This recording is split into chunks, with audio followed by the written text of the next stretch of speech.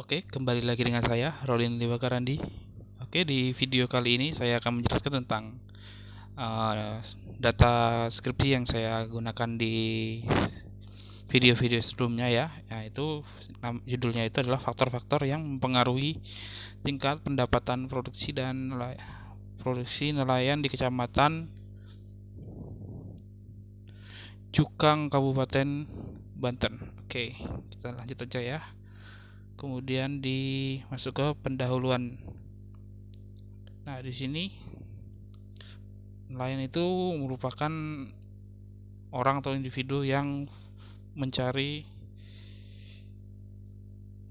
nafkah di laut. Nah, kemudian karena di Indonesia ini adalah negara yang memiliki luas lautan yang sangat luas, hampir 70% wilayah Indonesia itu adalah lautan. Jadi banyak masyarakat Indonesia itu bekerja sebagai pelaut atau nelayan. Kemudian nelayan tersebut memiliki faktor yang mendukung proses mereka bekerja, misalnya dari teknologi, modal, dan lama dari pengalamannya sendiri itu.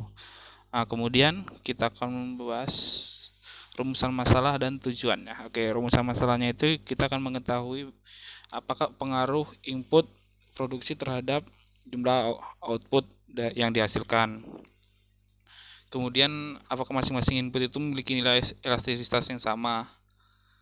Kemudian bagaimana kondisi skala usaha yang dijalani oleh petani, itu apakah dia mengalami increase rating scale atau decrease rating scale atau constant rating scale. Nah, itu tujuannya untuk mengetahui dari masalah-masalah tersebut. Oke, kita lanjut ke metode penelitiannya. Nah, ini jenis data yang digunakan ini, sumber datanya berasal dari skripsi. Data itu diambil secara langsung dari tempat penelitian, secara langsung diambil dari pertaniannya. Terus sumber datanya itu pertama kita berasal dari wawancara. Wawancara itu ya bertemu tatap muka, wawancara secara langsung. Kemudian dia menggunakan kuesioner.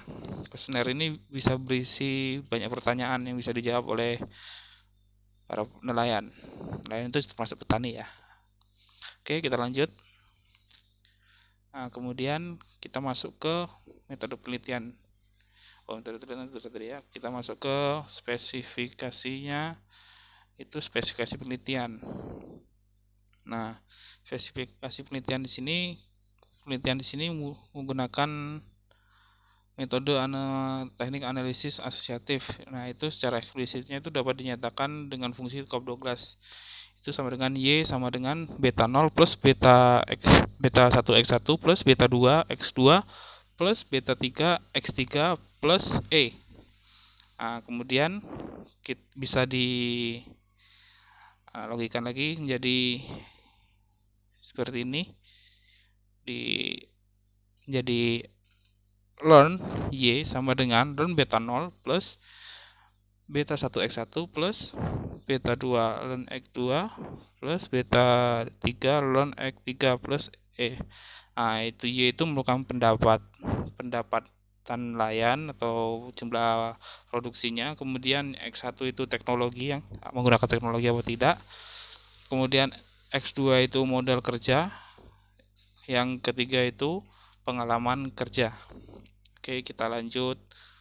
Kemudian ke pembahasannya.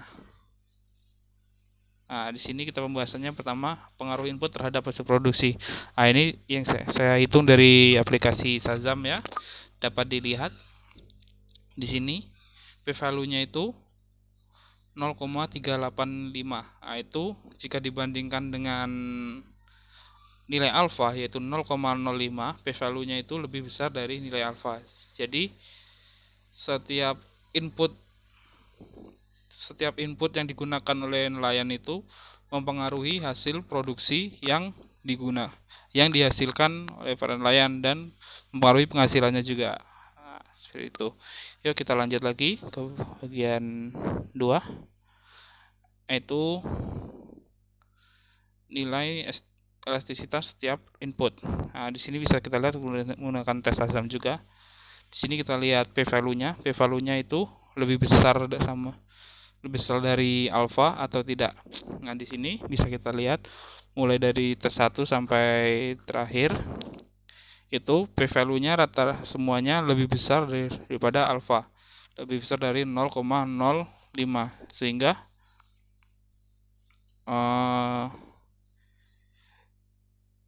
itu menjadi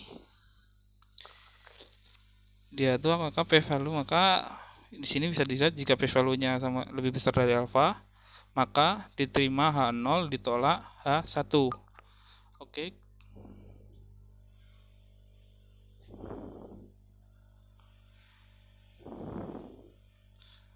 Nah, ini kan tuh cuma seperti itu diterima H0 ditolak H1. Kita lanjut sekarang kondisi skala usaha petani. Nah, ini dapat dihipotesiskan jika H0 itu beta 1 ditambah beta 2 ditambah beta 3 itu sama dengan 1 itu. Jadi usaha taninya konstan, berada di posisi konstan return scale. Nah, bila H1 itu beta 1 ditambah beta 2 ditambah beta 3 itu tidak sama dengan 1, yaitu posisinya di increasing return scale ataupun di decreasing return scale. Nah, ini bisa kita lihat di sini jika dijumlahkan dari X1 sampai X3 ini itu hasilnya lebih dari 1. Kita jumlahkan yang depannya saja biar gampang. Ini 0,6 tambah 0,2 itu aja udah 0,8, terus ditambah 0,9 itu udah jadi 1,7, itu lebih besar daripada 1. Jadi dapat dikatakan bahwa itu apa nih, totalnya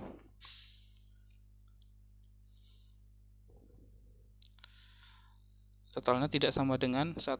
Jadi di sini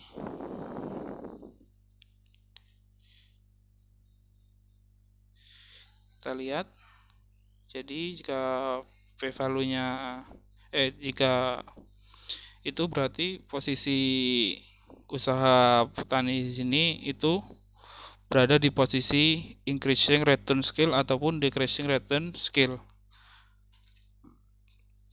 Kemudian kita bisa lihat di sini rata-rata p-value-nya lebih besar daripada 0,05.